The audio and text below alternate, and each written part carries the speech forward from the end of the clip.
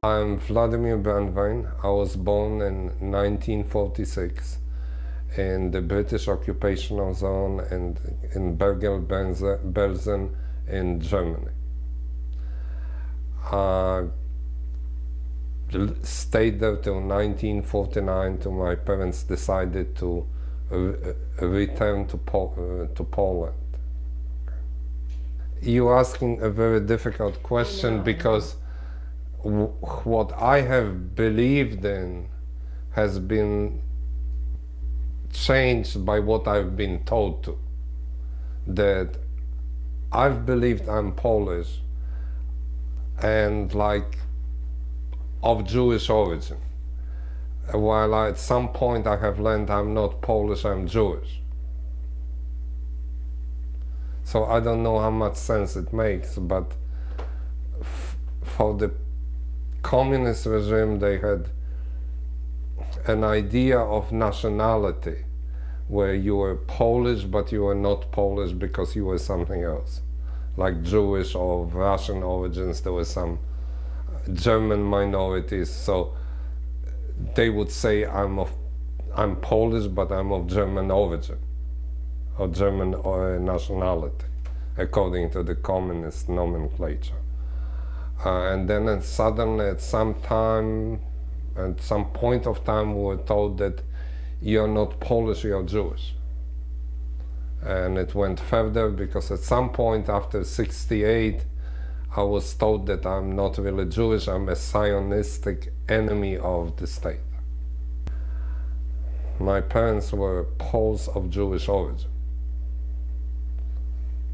I'm sure that at that point my parents considered themselves to be Polish, not to be anything else.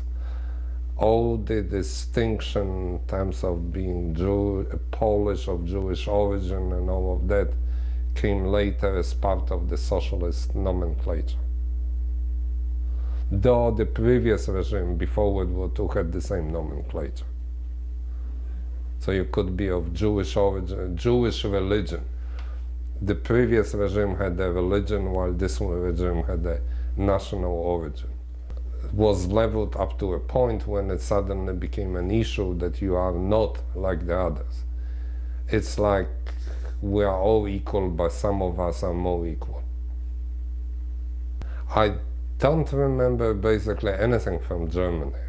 The first impression which I definitely have of being in Breslau or Wrocław, which was part of the German territories ceded by Germany to Poland after World War II. And I was being called Hitler because I didn't speak Polish. I grew up in Germany, so up to that point, so I spoke German. I didn't speak Polish. So that would be the first impression I have of Poland. Eventually, of course, as a young kid, you pick up the language and that wasn't an issue. But the first impression I have of Poland of being called Hitler because of speaking German. My parents were both basically the first generation of Jews who got out from the ghetto. My father went, like any kid, to the age of 13 to a public school in Poland, at which time my grandparents said that they have no money to educate him anymore and they wanted to take him out from the public school.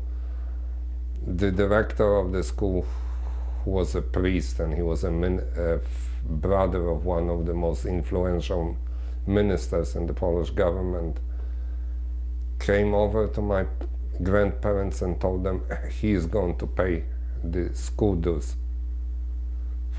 for my father because he is too intelligent to be wasted as a shoemaker. My mother was luckier in that sense that she came from a school teacher's family, so there wasn't an issue of her being sent to learn a profession, and my grandfather considered that normal, that she would continue going to school. So they were the first generation in that sense who absolutely got out from the ghetto, who spoke Polish without any accent. As a matter of fact, till today I hear the stories when I'm in Poland from people who knew my father, that he spoke Polish better than the Poles. And in 1945, when my father was released from the army, they decided to look for a better future outside of Poland. And because the borders were pretty much open at that time, they crossed into Germany and ended up in the British occupational zone. And being displaced, people without a country at that point, they ended up in the DP camp in Bergen-Belsen. My father's family was from the western Ukraine, this around city of Brody, which is around Lviv today in the Ukraine. At that time it was part of Poland.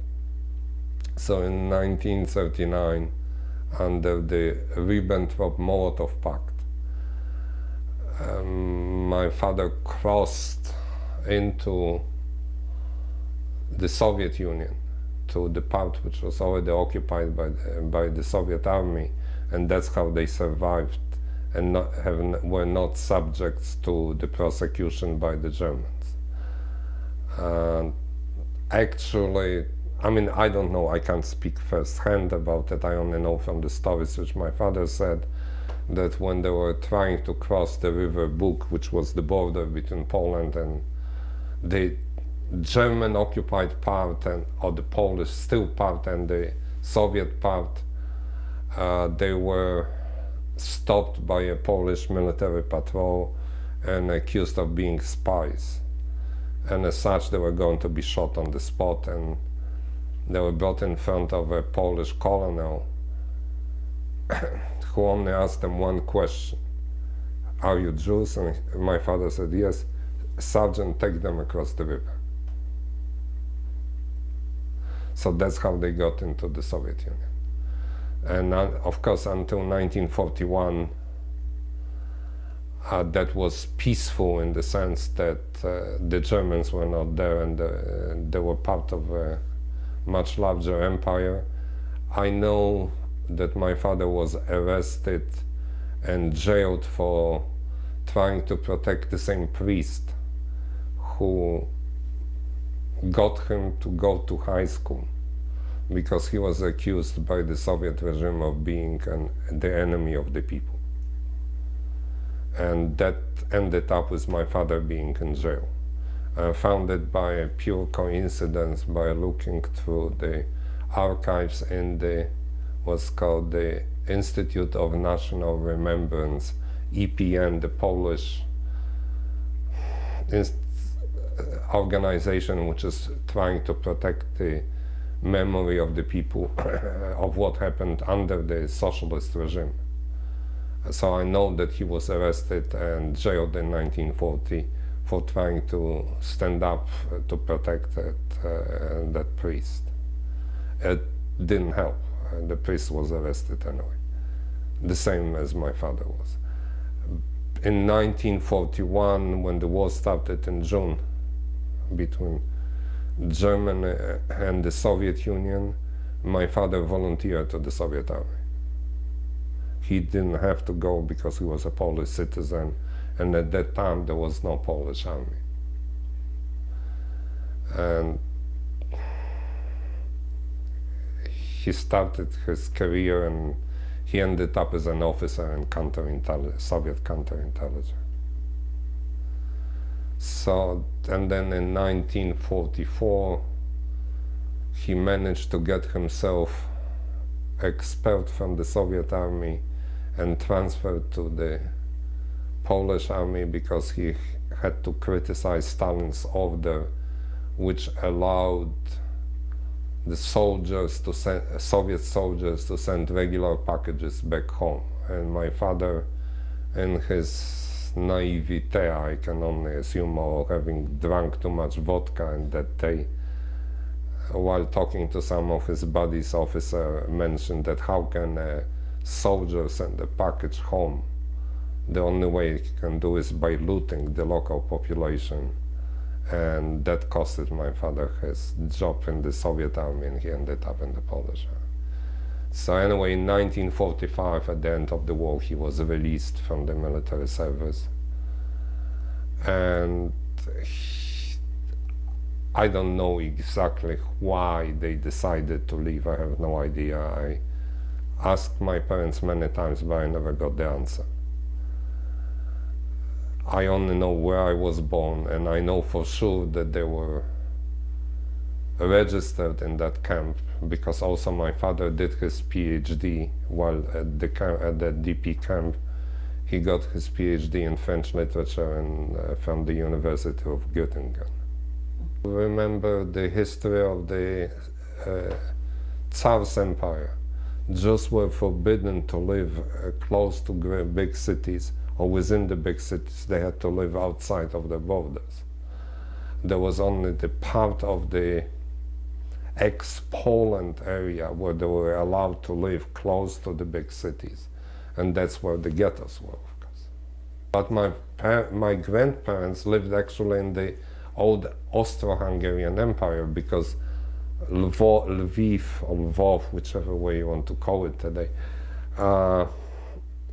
and Brody, where my father is actually grew up, were ex-part of the Austro-Hungarian Empire, so I'm not so sure why there was so little of reintegration of the Jewish population into the overall environment. But I don't know, I see that it didn't really matter how much integrated you were, because the whole thing fell apart as soon as the Germans came in. No, that was mostly, I presume, because my parents never wanted to talk much about it. And I assume that that was more under the pressure from my mother, who said many times that she cannot live with Germans. She cannot tolerate them, because all our families were killed. You have to, there was nobody left in 1945. My mother had at least 2 sisters, 1 brother, and her father were shot on the first day when the Germans entered her city, because her brother was a communist. So somebody, obviously there was somebody from the old Polish police, gave the list of the names to the German authorities. And I know that on my father's side, he had a sister, and his parents were also, the sister supposedly died somewhere in a concentration camp. His parents presumably were shot. We don't really know. There was 1949, Israel was barely created. Many people were not excited with the Zionistic vision of the world, because the vision of separate, the way to become equal is by becoming separate, was not necessarily the vision which many people shared. My father was as a communist, was thrown out from France in 1938 because he was there on scholarship to study chemistry from Poland, and he participated in the communist activities, and he was thrown out from France, so they couldn't go to France. My mother said she didn't want to stay in Germany. They didn't want to go to Israel. And if I believe what my father said, is that they wrote some letters to his distant family. I have a very, very distant family in New York, and they never answered. So I presume they didn't have as many options at that point as one would think. Poland was repatriating its own citizens. And first of all, my father was a communist, and everybody knew about it. And whether they tried to hide it in Germany, that's one thing, but he came back as returning to his communist motherland. And he had a PhD and he became a university professor. So he became part of the intelligentsia. I presume that was part of his reasoning why they came. He became succumbed to tuberculosis, and they had to cut out eventually 1.5 of his lungs because he wasn't high enough to get antibiotics from the West, so the only solution was to cut pieces of the lung.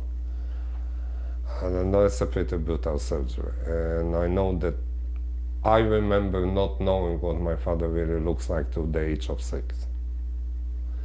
Until he came back from the sanatorium, and even then we were told to stay out, not to be too close to him because of his TB. And we were, of course, twice a year checked with those tests to find out if we've been exposed or not through our entire childhood. Actually, it wasn't that bad, except that they always had financial problems. At that time, the salary of a university professor was lower than the salary of a worker, and you couldn't really live off that. That was still 1956 when Gomulka came. After Stalin's death and the changes in the Soviet Union, there were major changes in Poland. Then his salary really jumped, and the financial worries were elevated. I remember days when I had nothing to eat till the afternoon, until they sold some old books or something such as to make more money. So I won't forget that period, but I don't presume it was as bad. As a child, you don't take it as seriously. It's nothing. It's part of your experience. What bothered me is whenever now and again I have the stories that from my colleagues that Jews should go to Israel. You shouldn't be here. Even if they really didn't know what a Jew looks like. That was not necessarily said to me, but was a general comment that Jews should go to Israel. This is not, Poland is for the Poles. But anyway, be it as it may, it wasn't really that bad because we somehow made it, and I couldn't care less that much at that time. You were young, you trying to make it through the school, high school, you're starting to go out with girls, and there is other exciting things to keep you occupied than thinking about that. Anyway, I graduated from a high school in '64. I got into that, what is it called? Telecommunications, and which was and automatic control, the most advanced faculty in the Warsaw Polytechnical Institute. And 2 years later, I also started a second studies at the Faculty of Physics at the Warsaw University. And everything was semi-going okay. Every now and again there was some. Then came 1967, of course, the war, and the Six-Day War, which officially on the first day the Polish radio announced that the Arab countries absolutely destroyed the Israeli army and that there is nothing left. And then they started backing off and changing the story. But whatever, eventually that led to the closure of the Israeli embassy, and there were like many idiots who went to protest that, to sign the book in the embassy of that we don't agree with the decision of the government. I actually grew up in a semi-liberal period of the regime where we had the illusion that things actually, citizens have an influence on what's going on. There was an illusion created in '58. sorry, that illusion period is after Stalin died, right? So Yes, yes, of course, after New 1956. reforms. Yes, yes, there were major reforms in Poland, and yes, the standard of living jumped incredibly, and the stores were full with things. We didn't really know that a lot of that was on a borrowed money. Of course, the government never told us, but like with anybody who borrows too much, the day of reckoning has to come. And 67 was the first awakening that something is not really great. And I was, I don't know, like any younger person, I was looking for different means of either expressing myself or finding some sense of a community. First of all, I went to high school with children of very high government officials. It just happened. I didn't know what the school was, but most of my colleagues their parents were of high officials in the government or in the Communist Party. So you sort of start rubbing shoulders with people who could do, and I remember some people say, oh, I went on vacations to Romania, there somebody else went on vacations to the West. We couldn't travel. First of all, we didn't have enough money to travel, and when I tried, I was refused the passport to even to the Soviet Union. So in a way, it sounds like your group of friends or the people that you hung out with, they were privileged. That's correct. Within the regime. Definitely. And but you were also probably privileged because your dad was a communist? Not really, because my father had a too big mouth. He every now and again had a negative comment about some brilliant decision by the Central Committee of the Communist Party and so on. So we never really profited in that sense that much from his being a communist from a long time before. It's there are people who know how to stick their foot into their own mouths, and my father was one of them. No, it was a mix, of course, because the part of what's called nomenclatura or nomenclature in those countries were mixed. There was a lot of Jews in these higher echelons that initially. If you think about it, why, that's because I don't know for sure, but I think because communism was bringing the promise of equality, the promise of no more racial differences, no more religious differences. There was only one, the people. And I think that's why a lot of people of Jewish origin, especially after World War II, volunteered to that because they somehow were drawn by that promise of the regime. So, but no, majority of my colleagues were not Jews. Though I knew one of them is Adam Michnik, whom you must have heard. He was my colleague. But I have never tried to contact them, and I somehow today don't think we have anything in common, and mostly because our life experiences went so differently that it's very hard to reconnect after so many years. First time knew anything about what a religious celebration looks like when I was already in Israel, in the army. I never knew what that looks like. I've never been to a synagogue. Obviously we didn't have bar mitzvah. I don't know anything about any of that.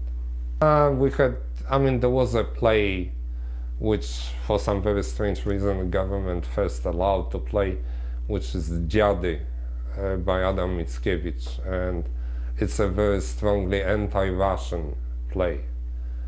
And the Soviet ambassador who went to that play demanded that the play will be withdrawn because of the anti-Russian connotations or remarks, trends in that play.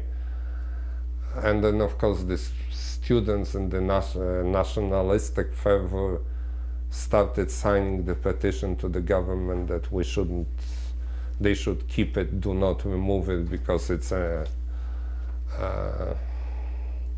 national treasure. It's the most famous play by the most famous Polish poet. And the government decided that this is a perfect opportunity to go after some groups of the people. And it started with student demonstrations, and I still remember the day because it was March the 8th, which is the International Day of Women. And I was at the Polytechnical Institute taking some exam, and when I came out I saw the groups of militia standing on the street with basically like a battle uniforms and blocking passages for different people, while a lot of students were standing on the other side and chanting slogans. So, but I actually didn't attend any of those meetings because I was told by my father, stay out, because anything you do at that point, they'll go after you. And so I didn't attend any. I was pretending that there is nothing happening, even though you could see it. There were demonstrations all over the city. And somewhere toward the end of March, there came two sadly looking sergeants in the military uniform from the Polish army, sending me summons back to the military service. And what that means is that I had to leave the university and the Polytechnical Institute without finishing any studies, and that was absolutely against the Polish law at that time. Even the law as the communists formulated, you were in the university, as long as you were an active student, you were not being drafted to the military service. This is 1968. That was at the end of March 68. Okay. My brother, roughly at the same time, filed an application to go out, to leave Poland with his girlfriend, to go to Germany. And mostly through connections, because you know this person and that person, somehow he managed to get a permission to leave, to get the permit to leave with his girlfriend, and they left. They actually left on the same day as I went to the military service. Where I ended up with the military service was in, the official name was Educational Unit of the Polish People's Army, People's Army. The translation is detention unit, or basically a special discipline unit for people who got into trouble during their military service. But So you had just come in and they already put no, of course, because that's where the discipline is much tougher, that's where the conditions are much worse, so that's where they sent me. When I came there, I was greeted basically the next day. They dragged me into political training, of indoctrination. Every day the soldiers were getting, or I forget whether every day or twice a week, I don't remember exactly. And I was being talked about as the Zionistic enemy of the people.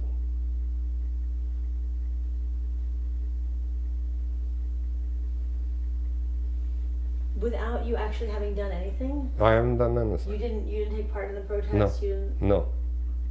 No. Mhm. To that I swear, I have not participated in any. It was Not that I didn't want, don't take me, I heeded my father's advice. But the story would be much cooler if you said that you had... No, but I'm telling you the truth. So if I told you that I participated, I would be exaggerating what I've done. Yes, I made comments when we were talking to other students. Until today, I don't know who reported what. I can't find it in my file from this secret service, because those things are wiped out. Some things, when there is more than one person involved, are wiped out because to protect the innocent. 1968, right. yes, from till, when was it? Somewhere in just before the invasion of Czechoslovakia started in August. There was a military transport which was going next to the unit where I was, and they had an accident. They hit the bridge.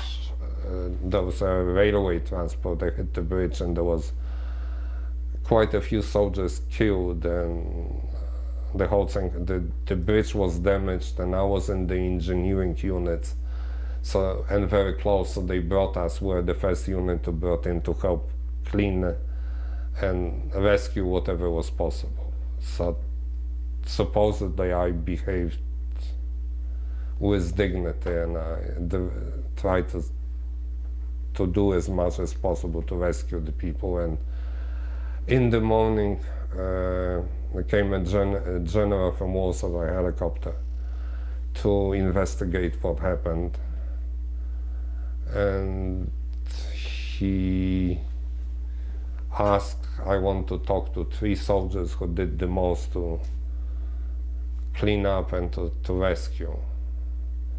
And I have to give a full credit to the commanding officer of the unit, and he said him, one of them. The general came and then asked each one of us, you have one wish. And I said, I want to see a military doctor in a hospital, not at the unit. I was coughing and started spitting blood, so I knew something is wrong. But the doctor at the unit was saying, take aspirin and leave me in peace. So I was sent to the military hospital in Krakow. And there was a colonel doctor who looked at my x-rays, and he called me, and he started the usual that according to the military etiquette you have to say whatever is your number and what's your rank and all of that. And then he asked, so when were you drafted? And I said, April 1st. And he says, we don't draft on April 1st. I said, some people are drafted. I said, oh, one of those. So at that point I thought I'm done. But he looked at the x-ray and he said, either you have TB already or you are lucky and we can save you. He says, from now on you go into isolation room for at least 1 month till we can figure out what's going on with you. I was lucky I didn't have a TB. And according to the military law, I was released from the army for 6 months to recover. So I went home, and like 2 weeks after I returned home from the army, I was summoned to the headquarters of the Polish militia. And where I went there, they showed me a file on which was written very dangerous and so on. That was my file. I don't know why I was so dangerous, but, and the captain who talked to me said, you have exactly 2 weeks to leave the country or you will regret the day you were born. And here is the application to leave Poland. So I signed the application and went back home and told my parents what's happening, at which time my mother said, we are leaving with him because once he leaves from here, we'll never see him. So in the beginning of October 1968, we departed with a document which stated that we are not Polish citizens, which actually is illegal according to the international law. And that document was confiscated by the Austrian police border guards when the train crossed from Czechoslovakia into Austria. And from then on, things was rather simple. We didn't have family, and nobody wanted to be our sponsor neither in Canada nor in the US. My parents, of course, refused to go to Germany, even though they had very good friends who were very well off, and they came actually to Vienna to tell us, if you want, we'll take you to Germany to stay with us. So, shortly speaking, I had no choice but to go to Israel.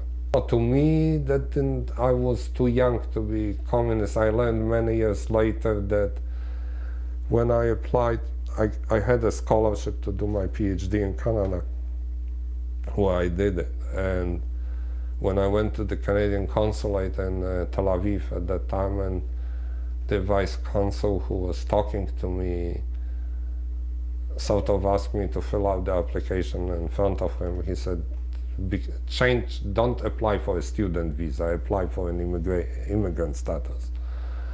And one of the questions, of course, was whether you belong to any communist organization, and I started filling out, yeah, I belong to this socialist youth like everybody else had to belong. And he said, did I ask you whether you belong to a socialist? Yeah, I asked you whether you belong to a communist organization. So basically, don't fill it out. Okay? And I'm forever grateful to that person who taught me one thing, that sometimes if you say less, you say more. I didn't believe in the government. No. Neither actually did my father that much. You have to distinguish between believing in the idea and believing into its implementation. My father lived under possibly wrong belief or idea that just to support the concept was great, but the implementation was wrong. And I remember that statement, and what I find funny today, that there is some people in the West who start singing the same song, that before they didn't know how to implement the communism, but now we know. We don't know. We'll do exactly the same thing. The moment there is the first trouble, we'll revert to the same techniques and the same methodology as the previous implementation of that brilliant idea. When you are being told as of tomorrow we're taking you out of the university because we've decided so, even though it's totally against the law and nobody's going to stand up and help you.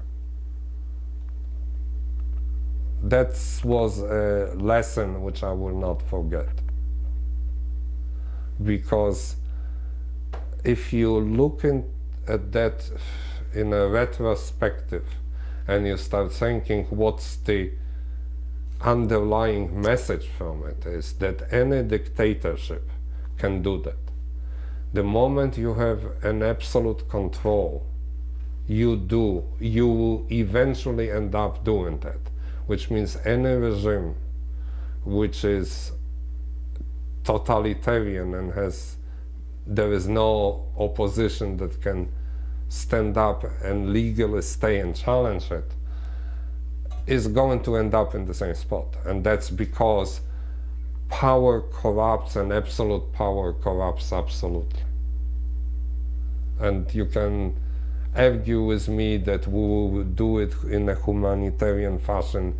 There is nothing that can be done in a humanitarian fashion when you have an absolute control. Eventually, somebody will snap and will say, I have enough of people opposing me. Look, there are certain expressions which you only understand if you lived in a communist country. And the one thing, if you saw a line of people in front of a store with paper goods, or any store, you would ask, what do they give? What are they giving out today? They were not giving out anything. You were standing in line to buy something which was occurring on the market very rarely. For example, if today they had delivered a toilet paper, you would stand in a line to buy the toilet paper because you didn't know when will be the next time there will be toilet paper.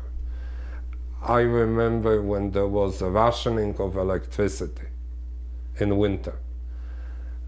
For 3 or 4 hours a day there was no electricity. And they were rotating. That's how it is. There is no heating and no electricity. And people don't, I think that people who grew up in the West, and especially people who grew up in the US, should take a trip to North Korea to have a quick education, what that is like to live under a regime like that. And don't tell me that this is worse than others. It's the same, it's just a better version or worse version of the same. But that wasn't just poverty after World War II? No, it's not just the poverty after the war, because by the time I started being able to understand that was already over the destruction of the war. That was just the regime in itself doing what it was doing. Look at the Soviet Union. It didn't collapse because US had more weapons. It collapsed because it could not compete economically and at the same time keep up the armament. That's why Gorbachev was the one who was, at least had the vision to say, I cannot continue to compete, I need to find an accommodation. The problem is that once, for example, a country like US becomes a socialist or dictatorship, there is no competition to it. In terms of the champion of the freedom, of the champion of the human rights. If we're counting on Russia or China being the champion, God help us. Well, let's make it clear one thing. Israel is, whatever the stories are about the communes and all of that, is a capitalistic country. Okay, that's number one. There is a respect for private ownership. You have the right to say and to criticize the government, and you're not going to be put in jail for that. The other thing which you have to keep in mind, that this idea of the commune as being such a big thing, it's a very, very small percentage of the society. So the country overall is much more capitalistic than people even want to comprehend or try to understand. Not that I understood that in 1968, don't take me wrong, I didn't. I had no choice but to go to Israel. But I have also, while living there and afterwards living in other countries, I have learned that you need to look at the things from a perspective. The sheer fact that in a capitalistic society you were allowed to have the concept of a commune which tried to do its own thing is actually an expression of a freedom, of liberty, which people are given. So in that sense, I don't see any contradiction. To anybody, it's the question of degree and question of circumstances. If you look at Stalin de facto killing millions of Ukrainians because he wanted to collectivize the farms in the Ukraine and the peasants were refusing, you will say, yeah, but that was for the greater good of the humanity, because that was Stalin's vision that everything has to become collective farms. Okay? Now, you could say that Hitler's vision of creating a racially pure Germany was worse because it put some people on one list arbitrarily while others on another list. I don't know, I'm not so 100% convinced whether one is better than the other. And the reason why I said so, because you were guilty by association under Stalin. It's sheer fact that you were an Ukrainian and you didn't jump high enough so you could be noticed. That could have meant that you would go. Plus, they have misplaced millions of other minorities just for Stalin's vision of this security of the Soviet Union. Was Soviet Union any stronger afterwards? So, on the other hand, you could say that Hitler actually was acting against his own self-interest, because he got rid of at least part of the German intelligentsia. So, I don't know, they both were destructive, they both were inhuman, and one was more open about it than the other. Let's put it this way, Hitler was at least honest. He said, I want to eliminate all Jews, I want to eliminate all gypsies, I'll eliminate all mentally sick people, I have enough of Catholics, I have enough of union members, I have enough of whoever else was in his way. I want Aryans and pure and healthy. That's what I want. Is it any better than somebody else saying something else? At least he was honest, he stated what he wants. The rest of the world did not want to hear what he had to say. But he said what he wanted. So, yeah, you could say, I guess the only relative measure would be how successful was Hitler versus how successful was Stalin. Hitler managed to nearly wipe out all Jews, while Stalin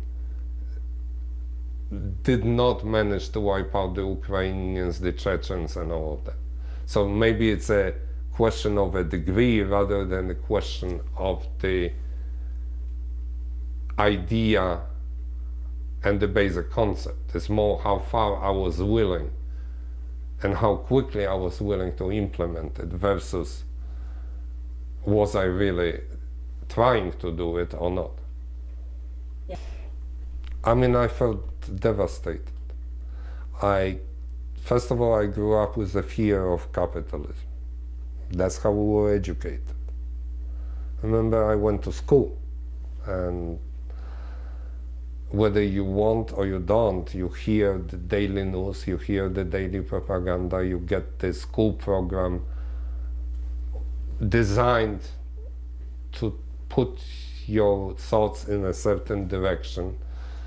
And we always heard how inhuman the capitalistic system can be versus this humane creation called socialism, or in its ultimate form, communism. So I definitely felt scared, and I actually did not even understand completely what that means.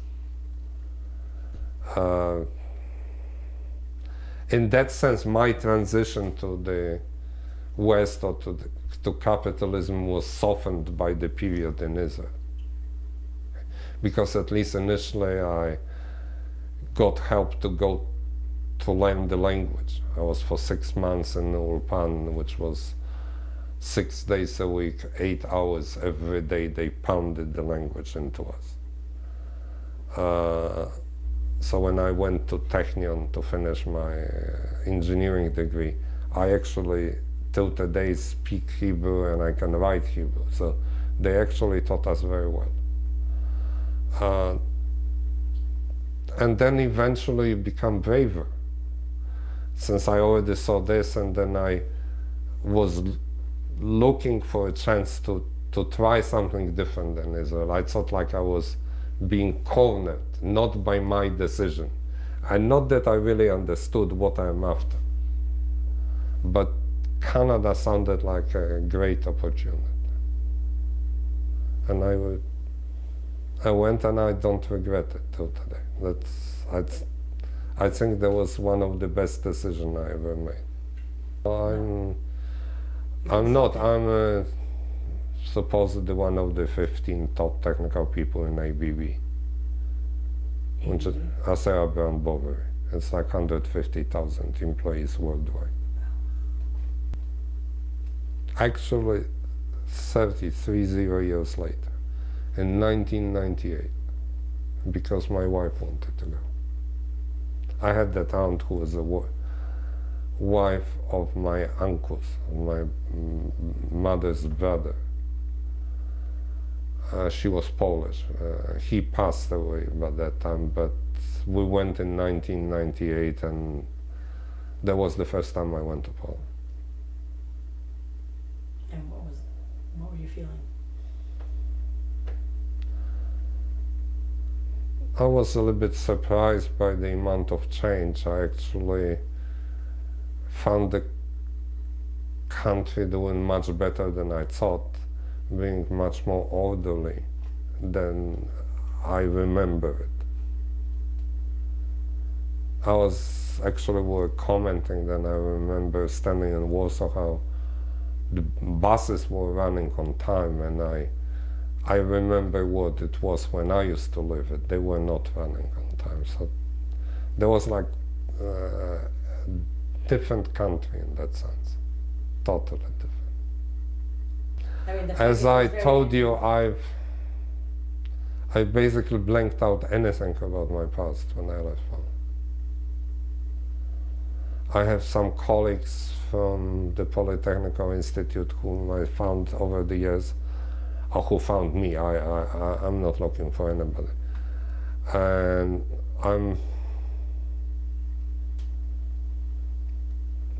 there are too many things they tell me and I don't remember them. So I guess what I have to say that was such a huge shock to me that I more pretended, played to be brave than it was in the truth. So if you ask me how did I take it, it was pretty badly how I took it. Of course you have to go with along with the life wherever you are, so you get dragged. Like in Israel there was 6 months of the Ulpan, then I went to Technion where I had to finish my undergraduate. Then I decided to get my master's degree, and I had to do my military service in between. So you get dragged into it and you become integrated into the society.